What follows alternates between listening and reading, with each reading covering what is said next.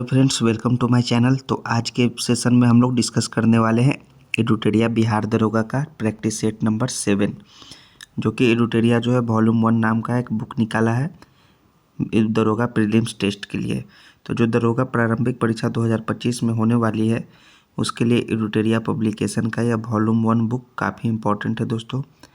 इसमें देखिए total 15 model practice set दिए गए हैं, जिसमें हम लोग इस वीडियो में मॉडल प्रैक्टिस सेट नंबर 7 को डिस्कस करने वाले हैं। इससे पहले 1 से लेकर 6 तक सभी 6 मॉडल प्रैक्टिस सेट जो है हम लोग अलग अलग वीडियो में प्रीवियस में कवर कर चुके हैं। तो आप हमारे चैनल को विजिट कीजिए, वहाँ से आप सभी प्रैक्टिस सेट को प्राप्त कर सकते हैं। तो दोस्तों, आप हमारे चैनल को अगर भी सब्सक्राइब अभी भी नहीं किए हैं तो प्लीज़ दोस्तों चैनल को सब्सक्राइब कर दीजिए, दोस्तों के बीच शेयर कर दीजिए। तो यह जो मॉडल प्रैक्टिस सेट है, यह पूर्णतः परीक्षा पद्धति पर आधारित है। इसमें टोटल जो है दोस्तों, इस प्रत्येक मॉडल सेट में 100 प्रश्न पूछे जाएंगे और नंबर होगा आपका कुल अंक 200 का, यानी हर एक प्रश्न वो 2 अंक के पूछे जाएंगे। और समय का ड्यूरेशन जो है आपका 2 घंटा है, 2 आवर्स है। तो चलिए फटाफट आप चैनल को सब्सक्राइब कर दीजिए। हम लोग प्रैक्टिस सेट नंबर 7 को अब कवर करने वाले हैं। तो दरोगा का देखिए यह प्रैक्टिस सेट नंबर 7 आ गया, जिसमें आपको 100 क्वेश्चन और टोटल मार्क्स 200 जैसा आपने बताया था वही है, और 2 घंटा इसका टाइम ड्यूरेशन है। तो चलिए प्रैक्टिस सेट नंबर 7 का पहला प्रश्न क्या है। भारतीय विश्वविद्यालय अधिनियम कब पारित किया गया था? तो यह अधिनियम पारित किया गया था 1904 ईस्वी में दोस्तों। और किसने किया था? लॉर्ड कर्जन ने किया था, ये याद रखिएगा। सो ऑप्शन नंबर इसका 1904 यानी option number D correct answer हो जाएगा। और इस अधिनियम के तहत जो है विश्वविद्यालयों को मान्यता देने का नियम को और सख्त बनाया गया था, ठीक है। और इस अधिनियम के तहत विश्वविद्यालय को क्षेत्रीय सीमा तय करने का अधिकार गवर्नर जनरल को दिया गया था। ये जो है आपका विश्वविद्यालय अधिनियम के सभी ये फैक्ट्स हैं। तो चलिए डी इसका राइट आंसर है। दूसरा है आपका पोर्ट्समाउथ की संधि, द ट्रीटी ऑफ पोर्ट्समाउथ किन 2 देशों के मध्य हुई थी? यह दोस्तों जापान के बीच हुआ था और हुआ था रूस के बीच। ये दिन 200 इन जो 2 देश हैं इनके बीच द ट्रीटी ऑफ पोर्ट्समाउथ हुआ था। सो ऑप्शन नंबर इसका जापान और रूस, बी करेक्ट आंसर हो जाएगा। और इसकी संधि कब हुआ था द ट्रीटी ऑफ पोर्ट्समाउथ की? ये हुआ था आपको 5 सितंबर 1905 ईस्वी को, ठीक, याद रखिए 5 सितंबर 1905 ईस्वी को the treaty of Portsmouth Japan और रसिया के बीच हुआ। और पीत आतंक के नाम से जापान को संबोधित किया जाता था। क्या चीज? पीत आतंक के नाम से। तीसरा नंबर प्रश्न है कि काकतीय राजवंश का संस्थापक निम्नलिखित में से कौन था? काकतीय राजवंश वो था बीटा प्रथम दोस्तों, इसका संस्थापक। सो ऑप्शन नंबर बी इसका करेक्ट आंसर हो जाएगा। काकतीय राजवंश की राजधानी कहाँ थी? उसकी राजधानी थी दोस्तों अमकोंड। अमकोंड जो था काकतीय राजवंश की राजधानी थी, ये याद रखिए। चौथा नंबर है कि प्रथम महिला निम्न में कौन थी जिन्होंने भारतीय राष्ट्रीय कांग्रेस के अधिवेशन को संबोधित किया था? उसका नाम है दोस्तों कादम्बिनी गांगुली, जिन्होंने भारतीय राष्ट्रीय कांग्रेस के अधिवेशन को संबोधित किया था, प्रथम महिला थी। इन्होंने पहली बार जो है 1889 ईस्वी में जो है बम्बई अधिवेशन में भाग लिया था। कब? 1889 ईस्वी में। और कांग्रेस पार्टी की स्थापना कब हुआ? ये हुआ था 1885 ईस्वी में, याद रखिएगा। और 1906 ईस्वी जो था, 1906 ईस्वी में कांग्रेस के अधिवेशन में पहली बार जो है स्वराज शब्द का जो है प्रयोग हुआ था। कौन सा? स्वराज शब्द का प्रयोग। और 1907 ईस्वी में जो है आपका नरम दल तथा गरम दल जो है विभाजित हुआ था अलग अलग में। तो ये आपका हो गए इससे रिलेटेड सभी कांग्रेस के अधिवेशन से रिलेटेड कुछ इंपॉर्टेंट फैक्ट्स। पांचवा है कि राष्ट्रवादी अहरार आंदोलन का संबंध निम्न में से किससे है? इनका संबंध है मजहरुल हक से। किससे? मजहरुल हक जो है राष्ट्रवादी अहरार आंदोलन से संबंध रखते हैं। सो ऑप्शन नंबर ए इसका करेक्ट आंसर हो जाएगा।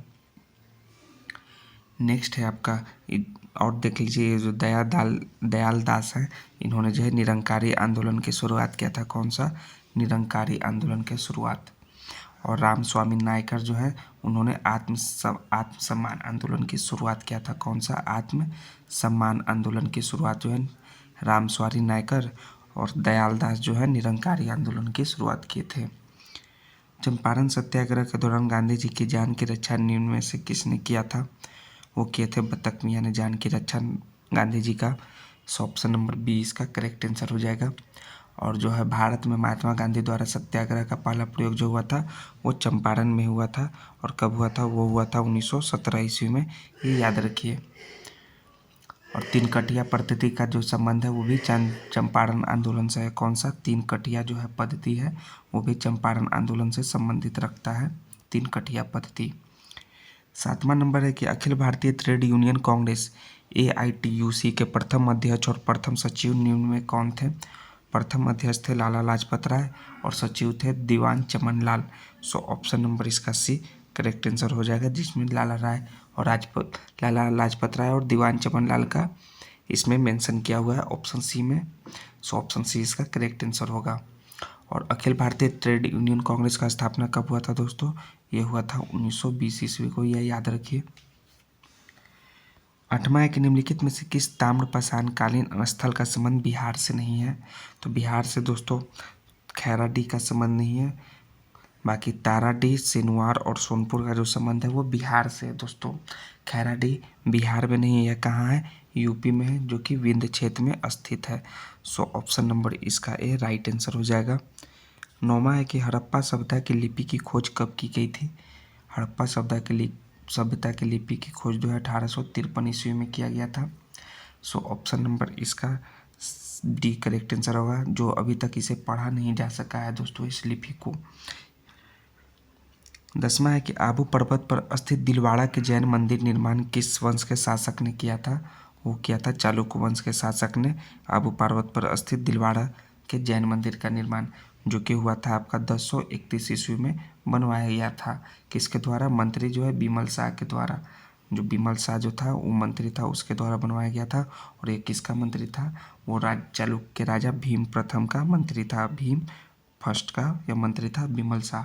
इसके द्वारा जो है 1031 ईस्वी में जो है दिलवाड़ा के जैन मंदिर का निर्माण कराया गया था आबू पर्वत पर। चलिए अब नेक्स्ट है 11 नंबर प्रश्न। 11 नंबर की दिल्ली सल्तनत के किस शासक का मूल नाम जो है उलंगू खा था? उलंगू खा, उलुंग खा क्या नाम था? उलुंग खा, वो था बलबन का नाम दोस्तों। तो बलबन यानी कि ऑप्शन नंबर 20 का करेक्ट आंसर हो जाएगा। सॉरी, बलबन इसका 20 का राइट आंसर हो गया, टिक लगा दिए। इसका उलुंगू खा नाम था और इसने जो है बलबन ने 1266 से लेकर 1287 तक शासन किया था। और यह जाति से कौन सा था? तुर्क था जाति से यह बलबन। 12 के निम्न कथनों पर विचार करें और सत्य कथन का चयन करें। कौन सा स्टेटमेंट ट्रू है वो बताना है। तो अलाई दरवाजा में अवस्थित गुंबद जो है वैज्ञानिक ढंग से पहला निर्मित गुंबद है, यह स्टेटमेंट ट्रू है। जलालुद्दीन खिलजी ने सिरी को अपना राजधानी बनाया था? तो जी नहीं दोस्तों, सिरी को राजधानी नहीं बनाया था जलालुद्दीन खिलजी ने। सो इसका राइट आंसर हो जाएगा ए, केवल 1 इसका राइट आंसर है, ए इसका राइट आंसर हो जाएगा। किस वर्ष राजीव गांधी खेल रत्न पुरस्कार का नाम बदलकर मेजर ध्यानचंद खेल रत्न अवार्ड कर दिया गया? यह 2021 ईस्वी में इसका नाम बदलकर जो है मेजर ध्यानचंद खेल रत्न अवार्ड कर दिया गया। सो ऑप्शन नंबर डी इसका करेक्ट आंसर हो जाएगा। यह जो है आपका मेजर ध्यानचंद खेल रत्न अवार्ड जो है खेलों में उत्कृष्ट प्रदर्शन करने वाले खिलाड़ियों को सम्मानित किए जाने हेतु दिया जाता है। और इसका नामकरण जो है मोदी सरकार जी के द्वारा 2021 ईस्वी में किया गया। यूरोपीय आर्थिक क्षेत्र EEA में यूरोपीय संघ के देशों के अतिरिक्त कौन कौन शामिल है? इसके अतिरिक्त जो है आइसलैंड भी शामिल है, नॉर्वे भी शामिल है और लिechtenstein भी शामिल है। सो सभी यानी ऑल इसका राइट आंसर हो जाएगा ऑप्शन नंबर डी। 15 नंबर है कि राष्ट्रीय पराक्रम दिवस प्रतिवर्ष कब मनाया जाता है? तो राष्ट्रीय पराक्रम दिवस जो है प्रतिवर्ष जो है 23 जनवरी को मनाया जाता है, याद रखिए 23 जनवरी। सो ऑप्शन नंबर बी इसका करेक्ट आंसर हो जाएगा। और जो है विश्व हिंदी दिवस जो है, विश्व हिंदी दिवस वो कब मनाया जाता है दोस्तों? कमेंट में आंसर दीजिए। यह मनाया जाता है आपका 10 जनवरी को, ठीक है 10 जनवरी हो जाएगा।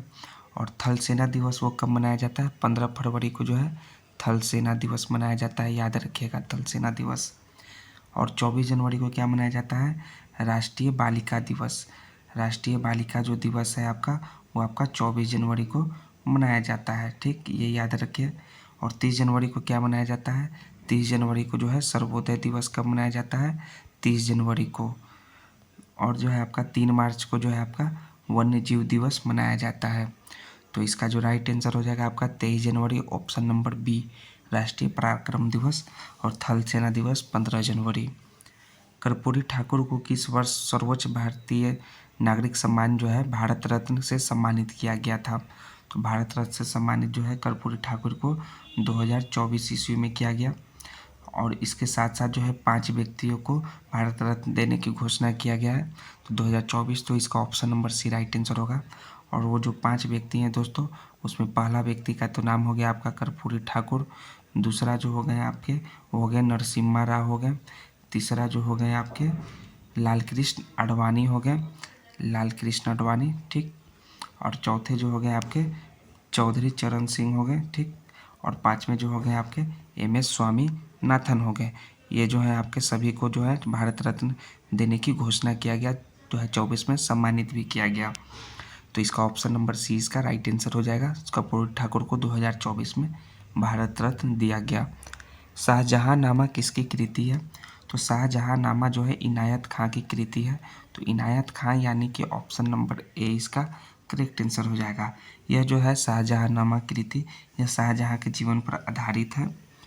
सो ऑप्शन नंबर ए इसका करेक्ट आंसर है। निम्न में से किस इकाई का मूल्य कागजी स्वर्ण यानी पेपर गोल्ड के रूप में जाना जाता है? वो है SDR। SDR को जो है कागजी स्वर्ण के रूप में जाना जाता है। इसे जो है किसी देश के विदेशी मुद्रा भंडार के अंतर्गत रखा जाता है। और SDR को जो है IMF द्वारा जो है 1969 में अपने सदस्य देशों के लिए आरक्षित संपत्ति के रूप में बनाया गया था। तो ऑप्शन नंबर इसका करेक्ट आंसर हो जाएगा SDR A। फिलिप्स वर्क दर्शाता है।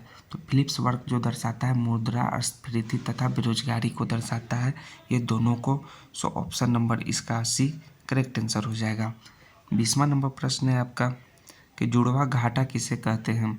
तो जुड़वा घाटा जो है राजकोषीय घाटा और राजस्व घाटा जब दोनों होता है तो उसे जुड़वा घाटा कहते हैं। सो ऑप्शन नंबर ए इसका 20वां का करेक्ट आंसर हो जाएगा।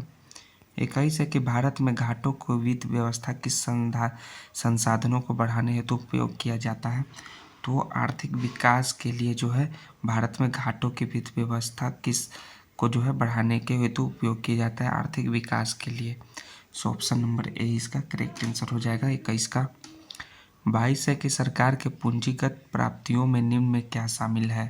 तो इसमें दोस्तों शामिल है ऋण के रूप में प्राप्त धनराशि और संपत्ति बेचने से प्राप्त धनराशि, ये दोनों शामिल हैं। सो ऑप्शन नंबर ए इसका करेक्ट आंसर है, केवल 1 तथा 2। 23वां नंबर है कि भारत का प्रथम मल्टी मॉडल लॉजिस्टिक पार्क का निर्माण किस राज्य में किया जा रहा है? मल्टी मॉडल लॉजिस्टिक पार्क का निर्माण जो है तमिलनाडु में किया जा रहा है। सो ऑप्शन नंबर इसका डी करेक्ट आंसर हो जाएगा। किस संस्थान द्वारा प्रगति 2024 कार्यक्रम शुभारंभ किया गया? उस संस्था का नाम है केंद्रीय आयुर्वेद अनुसंधान परिषद CCRAS। इसके द्वारा जो है कार्यक्रम का शुभारंभ किया गया। सो ऑप्शन नंबर ए इसका करेक्ट आंसर होगा। 25वां नंबर है कि किस सुरंग को देश के सबसे ऊंची सुरंगों के रूप में आधिकारिक पहचान मिली है? बताइए फटाफट दोस्तों, कमेंट में आंसर दीजिए। जो देश का सबसे ऊंची सुरंग के रूप में आधिकारिक पहचान किस सुरंग को मिला हुआ है? वो मिला है सेला सुरंग को।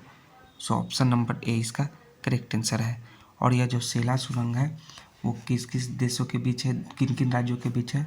वो है दोस्तों असम के गुवाहाटी से है और अरुणाचल प्रदेश के जो है आपके तवांग से है। तवांग और गुवाहाटी, ठीक है, इन दो राज्यों को जोड़ता है।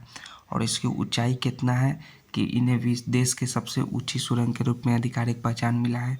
इसकी ऊंचाई है आपकी 13,000 फीट दोस्तों। इस कारण जो है इन्हें जो है देश का सबसे ऊंची सुरंग के रूप में आधिकारिक पहचान मिली है। और ये असम की गुवाहाटी और अरुणाचल के तवांग को जोड़ता है। भारत का पहला संविधान पार्क का उद्घाटन कहाँ किया गया? तो पहला संविधान पार्क का उद्घाटन जो है पुणे में किया गया। तो पुणे यानी कि ऑप्शन नंबर बी इसका करेक्ट आंसर है। यह पार्क जो है एकता एवं संविधान के वर्णित मूल्यों के अनुपालन के प्रति प्रतिबद्धता का प्रतीक है दोस्तों। सो ऑप्शन नंबर बी इसका करेक्ट आंसर हो जाएगा। भारत के प्रथम खगोल पर्यटन अभियान को क्या नाम दिया गया है? 27 नंबर प्रश्न है। प्रथम खगोल पर्यटन अभियान को नाम दिया गया है नक्षत्र सभा दोस्तों। सो ऑप्शन नंबर इसका ए राइट आंसर है, नक्षत्र सभा। यह जो है जून 2024 के जून से लेकर के आपके 2025 तक चलेगी दोस्तों यह नक्षत्र सभा। और इसे जो है उत्तराखंड में आयोजित किया गया। कहाँ? उत्तराखंड में। ठीक, ये याद रखिए, नक्षत्र सभा इसका नाम दिया गया है। 28 है, हाल ही में किस देश के द्वारा 6G डिवाइस लॉन्च किया गया है? 6G डिवाइस जो है जापान देश के द्वारा लॉन्च किया गया है। सो ऑप्शन नंबर बी इसका करेक्ट आंसर हो जाएगा। नेक्स्ट है आपका 28 नंबर के बाद 29 नंबर प्रश्न क्या है कि हाल ही में कितने व्यक्तियों को वर्ष 2025 का पद्म विभूषण दिए जाने की घोषणा केंद्र सरकार द्वारा किया गया है? तो टोटल 7 व्यक्तियों को जो है पद्म विभूषण दिए जाने की घोषणा केंद्र सरकार के द्वारा किया गया है दोस्तों। सो ऑप्शन नंबर ए इसका करेक्ट आंसर हो जाएगा। और इसमें जो है शारदा सिन्हा जो बिहार के रहने वाले हैं उनको मरणोपरांत जो है कला के क्षेत्र में पद्म विभूषण पुरस्कार दिए जाने की घोषणा किया गया है। 30वां है कि अंतर्राष्ट्रीय बुकर पुरस्कार 2024 किसने जीता? अंतर्राष्ट्रीय बुकर पुरस्कार जो है 2024 का जेनी एर्पेनबेक ने जीता। सो ऑप्शन नंबर सी इसका करेक्ट आंसर हो जाएगा। और बुकर पुरस्कार का जो शुरुआत हुआ था वो कब हुआ था? वो 2005 ईस्वी में हुआ था अंतर्राष्ट्रीय बुकर पुरस्कार की शुरुआत। सो इसका करेक्ट आंसर है आपका ऑप्शन नंबर सी जेनी एर्पेनबेक। 10वां विश्व जल मंच का आयोजन कहाँ किया गया? 10वां विश्व जल मंच का आयोजन हुआ बाली में। सो ऑप्शन नंबर इसका ये राइट आंसर हो जाएगा, बाली। इसका थीम था साझी समृद्धि के लिए जल। 32 है कि हाल ही में भारत और किस देश ने चाबहार बंदरगाह के संचालन के लिए 10 साल के अनुबंध पर हस्ताक्षर किए हैं? तो किया है भारत और ईरान के बीच चाबहार बंदरगाह के संचालन के लिए 10 साल का अनुबंध हुआ है। सो ऑप्शन नंबर डी इसका करेक्ट आंसर हो जाएगा। और चाबहार जो बंदरगाह है वो कहाँ स्थित है? वो ईरान देश में स्थित है। नेक्स्ट है 33 नंबर की विश्व आर्थिक मंच के यात्रा एवं पर्यटन विकास सूचकांक 2024 में भारत की रैंकिंग क्या है? तो भारत का जो रैंकिंग है वो है आपका 39 है।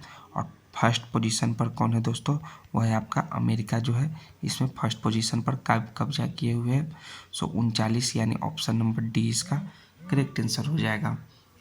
कौन सा देश भारत की रुपए सेवा को शुरू करने की घोषणा किया है? उस देश का नाम है मालदीव, जिसने रुपए सेवा को शुरू करने का घोषणा किया। सो ऑप्शन नंबर ए इसका करेक्ट आंसर हो जाएगा। इस रणनीति का उद्देश्य जो है अमेरिकी डॉलर पर निर्भरता को कम करना है और क्षेत्रीय वित्तीय एकीकरण में सुधार करना है। रुपए सेवा को शुरू करने का यही प्रमुख उद्देश्य है। हाल ही में सुप्रीम कोर्ट बार एसोसिएशन का अध्यक्ष किसे बनाया गया है? तो सुप्रीम कोर्ट बार एसोसिएशन का अध्यक्ष जो है कपिल सिब्बल जी को बनाया गया है। सो ऑप्शन नंबर ए इसका करेक्ट आंसर हो जाएगा।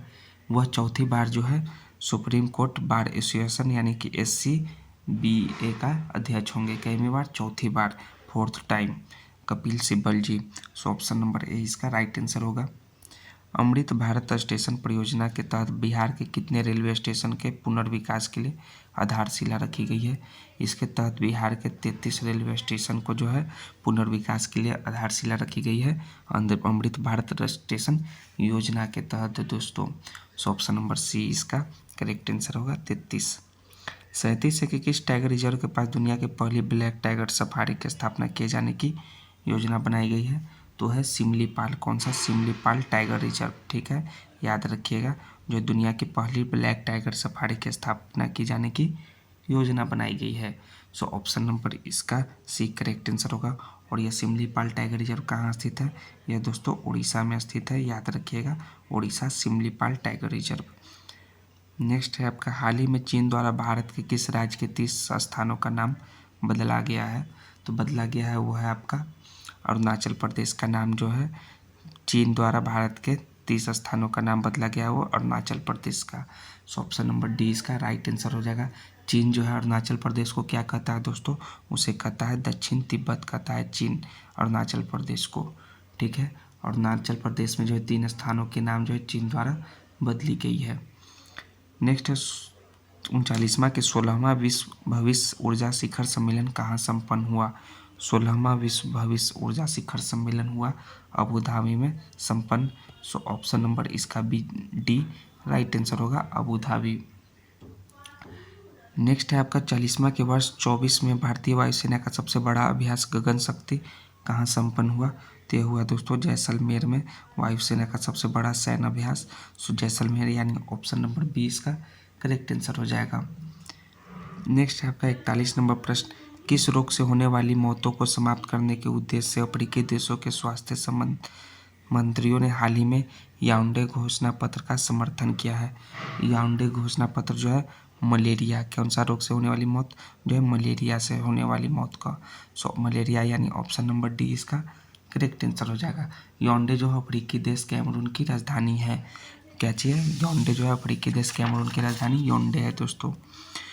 42 नंबर है, किस ओलंपिक में 128 साल बाद क्रिकेट को शामिल किए जाने की घोषणा किया गया है।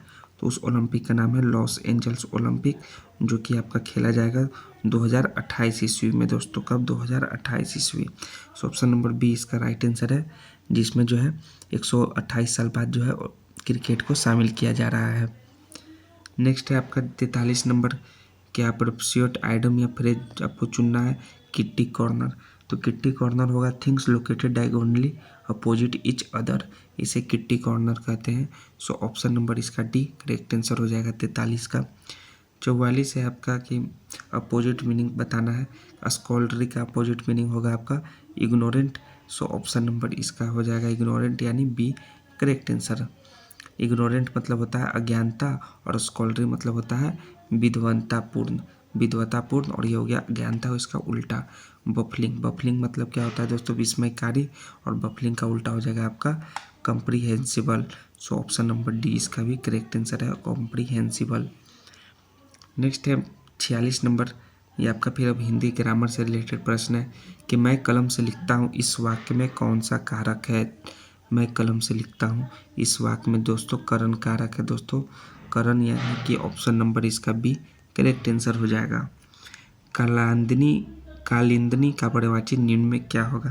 तो कालिंदनी का पर्यायवाची जो होगा यमुना होगा, और अकरजा भी जो है पर्यायवाची जो है यमुना का है, तो यमुना यानी ऑप्शन नंबर बी इसका करेक्ट आंसर है। सरस्वती का पर्यायवाची जो है आपका भारती है, और क्या है शारदा है सरस्वती का पर्यायवाची। और लक्ष्मी का जो है आपका वह है आपका कमला है, और भार्गवी है आपका, और बाकी गंगा का आपका देवनदी, भागीरथी, मंदाकिनी, ये सभी गंगा का पर्यायवाची शब्द है। वह बहुत मधुर गाता है, इसमें प्रविशेषण शब्द का चयन करें। वह बहुत मधुर गाता है, इसमें जो है प्रविशेषण वह है आपका बहुत है। बहुत जो है ऐसा प्रविशेषण वैसा होता है, ऐसा शब्द जो विशेषण की विशेषता बतलाता है उसे प्रविशेषण कहते हैं।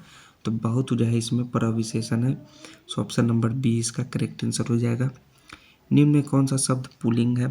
तो पुल्लिंग शब्द जो है आपका नैराश्य जो है आपका पुल्लिंग शब्द है। बाकी लहर, नहर और शोभा जो है आपका स्त्रीलिंग है। सो ऑप्शन नंबर डी इसका राइट आंसर हो जाएगा पुल्लिंग शब्द नैराश्य। निम्नलिखित में से कौन सा जो है वाक्य अशुद्ध है यानी कि फॉल्स, कौन सा वाक्य लिखा हुआ है कि मुझे भारी दुख हुआ, यह जो है फॉल्स लिखा हुआ है। इसमें जो है भारी की जगह बहुत शब्द का प्रयोग होगा। इसमें जो है भारी का जो है आपका, इसमें मुझे बहुत दुख हुआ यह शब्द का प्रयोग होगा। सो ऑप्शन नंबर ए इसका राइट आंसर है, जो कि अशुद्ध वाक्य है। ये सभी आपका शुद्ध वाक्य है। 50 नंबर के प्रश्न खत्म हुए। 51वां नंबर प्रश्न देखिए क्या है आपका कि निम्नलिखित कथनों में से कौन सा कथन जो है आपका सत्य है, यानी ट्रू स्टेटमेंट कौन सा है इनमें कथन में। जो ट्रू स्टेटमेंट है दोस्तों कि गर्म जलधारा प्रायः भूमध्य रेखा से ध्रुवों की ओर चलती है, और जो है ठंडी जलधारा जो है उच्च अक्षांशों से निम्न अक्षांशों की ओर बहने वाली जलधारा है। ये दोनों जो है स्टेटमेंट ट्रू स्टेटमेंट है। सो 1 और 2 केवल ऑप्शन नंबर ए इसका 51 का करेक्ट आंसर हो जाएगा। तस्मान सागर तथा दक्षिणी सागर को जोड़ने वाली जल संधि निम्नलिखित में से कौन सी है। उसको जोड़ने वाली जो है बॉस जल संधि है, जो कि तस्मान सागर और दक्षिण सागर को जोड़ती है। सो ऑप्शन नंबर डी इसका राइट आंसर हो जाएगा। कितने प्रतिशत लवणता के खारे जल को सीमांकित करने का उच्च सीमा माना गया है। वह है आपका 24.70% जो है लवणता के खारे जल को सीमांकित करने का उच्च सीमा माना गया है। सो ऑप्शन नंबर इसका डी राइट आंसर हो जाएगा।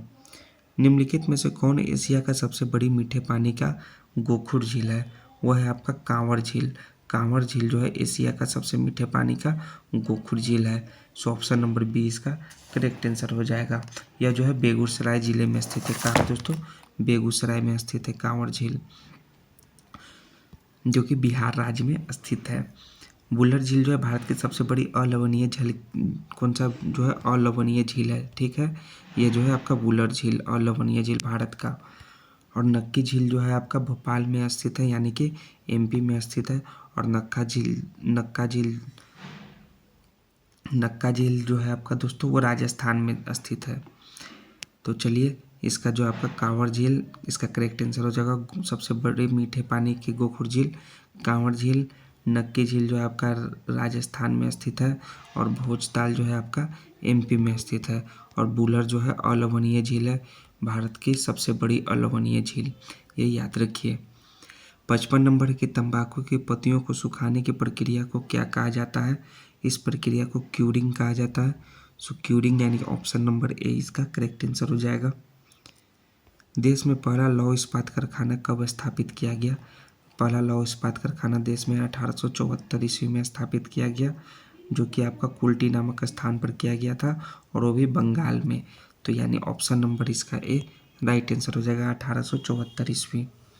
निम्नलिखित में से कौन सा उष्णकटिबंधीय घास का मैदान नहीं है? वो आपका पैम्पास जो है उष्णकटिबंधीय घास का मैदान नहीं है। सो ऑप्शन नंबर ए इसका करेक्ट आंसर हो जाएगा।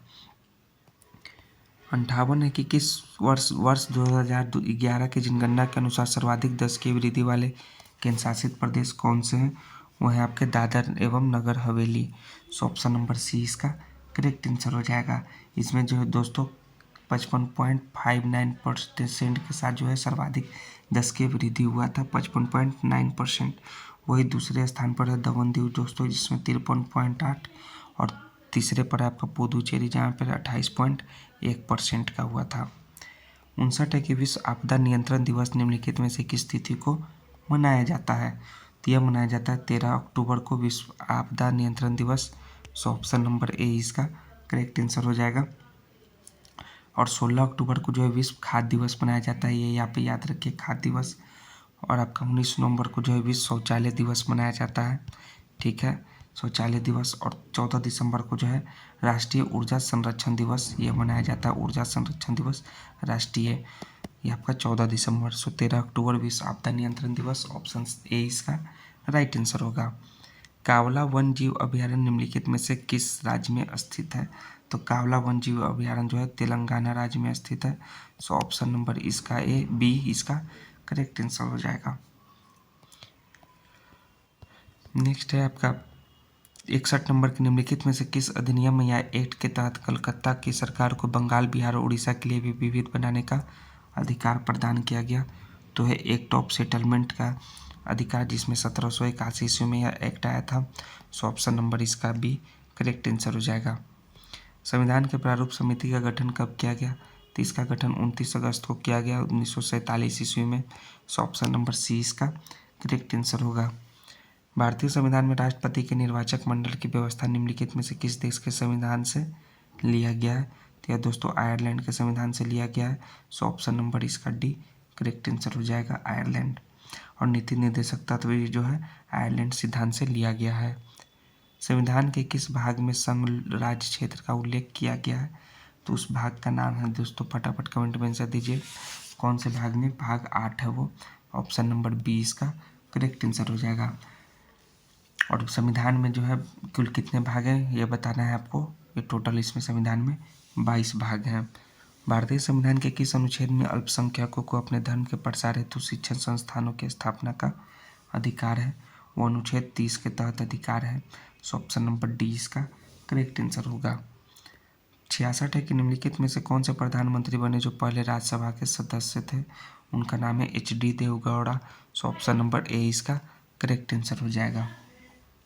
निम्नलिखित में से किन 3 राज्यों को राज्यसभा में सदस्यों की संख्या समान है? उसमें तो दोस्तों आपका सदस्यों की संख्या जो समान है आपका केवल 2, 3 और 5 में है, यानी कि आंध्र प्रदेश में है, मध्य प्रदेश में है और गुजरात में जो है राज्यसभा में सदस्यों की संख्या समान है, ये तीनों में। सो ऑप्शन नंबर बी इसका करेक्ट आंसर हो जाएगा। नेक्स्ट है आपका किस संविधान संशोधन द्वारा चुनाव आयोग के अधिकारों में परिवर्तन किया गया एवं उच्च न्यायालय को चुनाव याचिकाएं सुनने का अधिकार दिया गया? तो यह 19वां संविधान संशोधन जो कि 1966 ईस्वी में हुआ था। सो ऑप्शन नंबर बी इसका करेक्ट आंसर हो जाएगा, जिसमें जो है उच्च न्यायालय को चुनाव याचिका सुनने का अधिकार दिया गया। नेक्स्ट है 59 नंबर के पंचायती राज व्यवस्था के संबंध में निम्नलिखित में से कौन सा कथन गलत है, यानी कि फॉल्स स्टेटमेंट कौन सा, ये आपको बताना है। इसमें है कि लॉर्ड कर्जन को भारत में स्थानीय स्वशासन का पिता कहा जाता है, यह स्टेटमेंट फॉल्स है। बाकी ये सब स्टेटमेंट जो है आपका ट्रू है। सो ऑप्शन नंबर सी इसका करेक्ट आंसर होगा। राष्ट्रपति, प्रधानमंत्री, उपराष्ट्रपति के निधन पर संपूर्ण देश में राष्ट्रीय ध्वज को कितने दिनों तक झुका दिया जाता है? तो वह जो दोस्तों 12 दिनों तक झुका दिया जाता है राष्ट्रपति, प्रधानमंत्री और उपराष्ट्रपति के निधन पर। सो ऑप्शन नंबर सी इसका करेक्ट आंसर हो जाएगा। लेंस के संबंध में निम्नलिखित में से कौन सा कथन सही है? तो लेंस के संबंध में दोस्तों कि उत्तल लेंस की क्षमता को धनात्मक संख्या के रूप में दर्शाया जाता है, ये सही है। और अवतल लेंस की क्षमता को ऋणात्मक संख्या के रूप में दर्शाया जाता है, ये भी सही है। यानी कि ए तथा दो दोनों ऑप्शन नंबर सी इसका करेक्ट आंसर हो जाएगा। निम्नलिखित में से किन तरीकों यानी प्रक्रमों द्वारा जो है ऊष्मा स्थानांतरण के लिए किसी माध्यम की आवश्यकता नहीं होती है? वो होती है विकिरण प्रक्रम के लिए, यानी ऑप्शन नंबर इसका सी करेक्ट आंसर होगा, जिसमें किसी माध्यम की आवश्यकता नहीं होती है। किसी धारावाही चालक से जुड़े चुंबकीय क्षेत्र की दिशा ज्ञात करने के लिए निम्नलिखित में से किस नियम का उपयोग किया जाता है? उसके लिए दोस्तों मैक्सवेल का कॉर्कस्क्रू नियम का उपयोग किया जाता है। सो ऑप्शन नंबर इसका सी करेक्ट आंसर हो जाएगा, मैक्सवेल का कॉर्कस्क्रू नियम। 74 नंबर के निम्नलिखित में से कौन सा कथन सही है? आपका ट्रू स्टेटमेंट बताना है। इसमें जो है रोलिंग घर्षण सर्पी घर्षण से अधिक होता है, यह फॉल्स है। द्रवों द्वारा लगाए गए घर्षण को कर्षण यानी ड्रैग कहा जाता है, यह आपका कथन सही है, यानी कि केवल 2 स्टेटमेंट सही है। सो ऑप्शन नंबर 20 का करेक्ट आंसर होगा। 75 है कि ध्वनि तरंगों के उत्पादन और संचरण के अध्ययन को क्या कहा जाता है? तो ध्वनि तरंगों के उत्पादन और संचरण को ऑर्केस्टिक कहा जाता है। सो ऑर्केस्टिक यानी ऑप्शन नंबर डी इसका करेक्ट आंसर हो जाएगा। टोकामक नामक उपकरण निम्नलिखित में से किस प्रकार के ईंधन से संबंधित है? तो यह दोस्तों परमाणु से संबंधित है, टोकामक नामक उपकरण। सो ऑप्शन नंबर 20 का करेक्ट आंसर होगा। 77 है कि निम्नलिखित में से किस प्रक्रिया द्वारा जो है अर्धपरागम झिल्ली के माध्यम से जल पर बल लगाकर दूषित पदार्थों को बाहर निकाल देता है?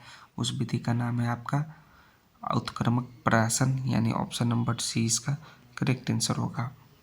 रदरफोर्ड के परमाणु मॉडल के संदर्भ में निम्नलिखित में से कौन सा कथन सही नहीं है?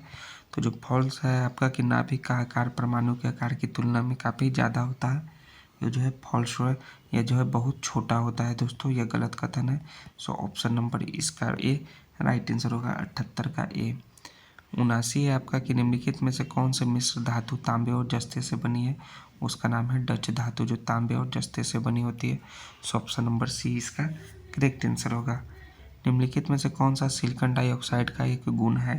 तो सिलिकॉन डाइऑक्साइड जो है इसका गलनांक जो है उच्च होता है, यानी कि हाई होता है। सो ऑप्शन नंबर इसका डी करेक्ट आंसर होगा, 80 का।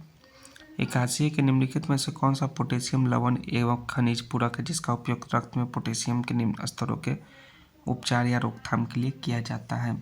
तो यह जो है पोटेशियम क्लोराइड का उपयोग किया जाता है। सो ऑप्शन नंबर इसका ए करेक्ट आंसर होगा, 81 का। 82 है आपका कि वह प्रक्रिया जिसमें धातुओं को उसके अयस्कों द्वारा गलनांक बिंदु से अधिक गर्म करके निष्कर्षण किया जाता है, क्या कहलाता है? वो कहलाता है प्रगलन कहलाता है। सो ऑप्शन नंबर बी इसका करेक्ट आंसर हो जाएगा। अल्डिहाइड समूह का रासायनिक सूत्र क्या आता है? तो हम लोग सभी जानते हैं सिंगल बॉन्ड CHO होता है अल्डिहाइड समूह का रासायनिक सूत्र। सो ऑप्शन नंबर डी इसका राइट आंसर होगा। निम्नलिखित में से किसकी उपस्थिति के कारण पीतल का रंग जो है हवा में फीका पड़ जाता है? तो होता है हाइड्रोजन सल्फाइड की उपस्थिति के कारण जो है पीतल का रंग फीका पड़ जाता है। सो ऑप्शन नंबर 20 का करेक्ट आंसर हो जाएगा। निम्नलिखित में से कौन सा कथन जो यौगिक के बारे में सत्य है? तो यौगिक के बारे में कौन सा कथन सत्य है कि यौगिक में एक परिवर्तनशील संरचना होती है? यह कथन यौगिक के बारे में एकदम ट्रू है दोस्तों, यही ध्यान रखिए। सो ऑप्शन नंबर डी इसका 85 का करेक्ट आंसर होगा। नेक्स्ट है आपका 86 नंबर की विटामिन के संबंध में निम्नलिखित में से कौन सा कथन जो है गलत है वो आपको बताना है विटामिन के संबंध में।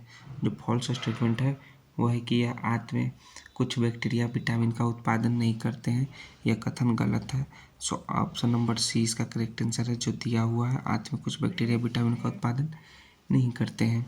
जब भोजन या ग्लूकोज का विघटन ऑक्सीजन के उपयोग के बिना होता है तो क्या कहते हैं, तो उसे कहते हैं दोस्तों अवायवीय श्वसन।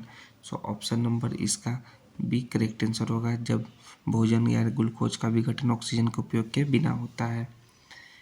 88 के सभी जीवित प्राणियों के लिए ऊर्जा का अंतिम स्रोत निम्नलिखित में से कौन सा है, तो सबसे ऊर्जा का अंतिम स्रोत है वो है सूर्य है। सो ऑप्शन नंबर इसका डी राइट आंसर होगा। निम्न में से वह कौन सा वंशानुगत रक्त विकार है जो हीमोग्लोबिन जीन को प्रभावित करता है और जिनके परिणाम स्वरूप अप्रभावी रक्ताणु उत्पत्ति होती है, उसे कहते हैं थैलेसीमिया। थैलेसीमिया यानी ऑप्शन नंबर इसका ए राइट आंसर हो जाएगा। 90 है कि निम्नलिखित में से कौन सा रोग जो है कवक के कारण होता है, कवक के कारण जो होता है रोग का नाम है दाद। सो ऑप्शन नंबर सी इसका राइट आंसर है, दाद जो कवक के कारण होता है, और हैजा जो है आपका जीवाणु के कारण होता है। तो दोस्तों रोग ये याद रखिएगा। और परजीवी के कारण कौन सा रोग होता है, वो होता है मलेरिया। निम्नलिखित में से कौन सा महिलाओं में प्राथमिक यौन अंग है, वो है आपका दोस्तों अंडाशय। सो ऑप्शन नंबर सी इसका करेक्ट आंसर होगा। कोशिका में भरे जाने वाले तरल पदार्थ जो है मैट्रिक्स को क्या कहते हैं, उसे कहते हैं साइटोप्लाज्म। सो ऑप्शन सी इसका करेक्ट आंसर होगा साइटोप्लाज्म। निम्नलिखित में से कौन सा जटिल अस्थायी पादप उत्तक है, तो जटिल अस्थायी पादप उत्तक का नाम है आपका जाइलम।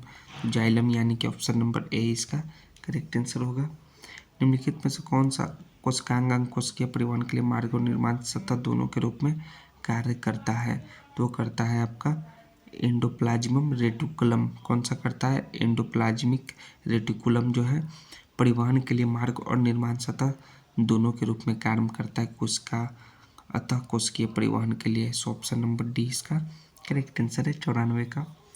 जटिल खाद्य पदार्थ किसकी सहायता से सरल पदार्थों में टूट जाते हैं, तो टूटते हैं एंजाइम की सहायता से सरल पदार्थों में जटिल पदार्थ। सो ऑप्शन नंबर 20 का राइट आंसर है। चलिए 96 नंबर प्रश्न, 96 से लेकर 100 नंबर प्रश्न जो है आपके मैथ से रिलेटेड प्रश्न है आपके।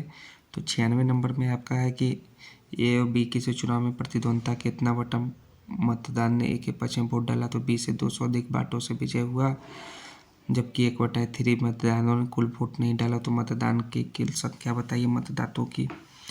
तो आप जो है सभी मैथ जो है आपको बारी बारी से आराम से सॉल्व कीजिएगा। पाँचों मैथ का हम सिर्फ आंसर बता देते हैं। 96 का जिनका 1500 आएगा उनका मतदाताओं की संख्या उनका करेक्ट आंसर हो जाएगा। और 97 में जो है बी की वर्तमान उम्र अगर आप निकालिएगा तो जिनका 9 वर्ष आएगा उनका राइट आंसर हो जाएगा बी ऑप्शन नंबर 9 वर्ष। 98 नंबर में रेलगाड़ी की चाल जो है अगर आप निकालते हैं कॉपी कलम लेकर अच्छे से, तो जिनका 72 किलोमीटर प्रति आवर्स आ रहा है उनका राइट आंसर हो जाएगा ये आंसर। 99 नंबर में है कि सी द्वारा प्राप्तांक जो अंक होगा वो अगर आप इसको सॉल्व करके निकालते हैं तो अगर 1000 आता है जिनका भी उनका यह करेक्ट आंसर हो जाएगा।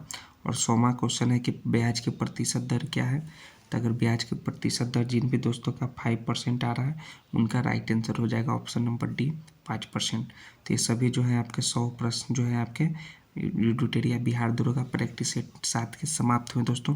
तो अगर हमारा ये प्रैक्टिस सेट अच्छा लगा हो तो प्लीज़ दोस्तों चैनल को सब्सक्राइब कीजिए, दोस्तों के बीच शेयर कीजिए, क्योंकि एग्जाम पॉइंट ऑफ व्यू से यह प्रैक्टिस सेट काफ़ी इंपॉर्टेंट है। हम लोग नेक्स्ट प्रैक्टिस सेट नंबर 8 में मिलते हैं, तब तक ले जय हिंद दोस्तों, थैंक्स दोस्तों।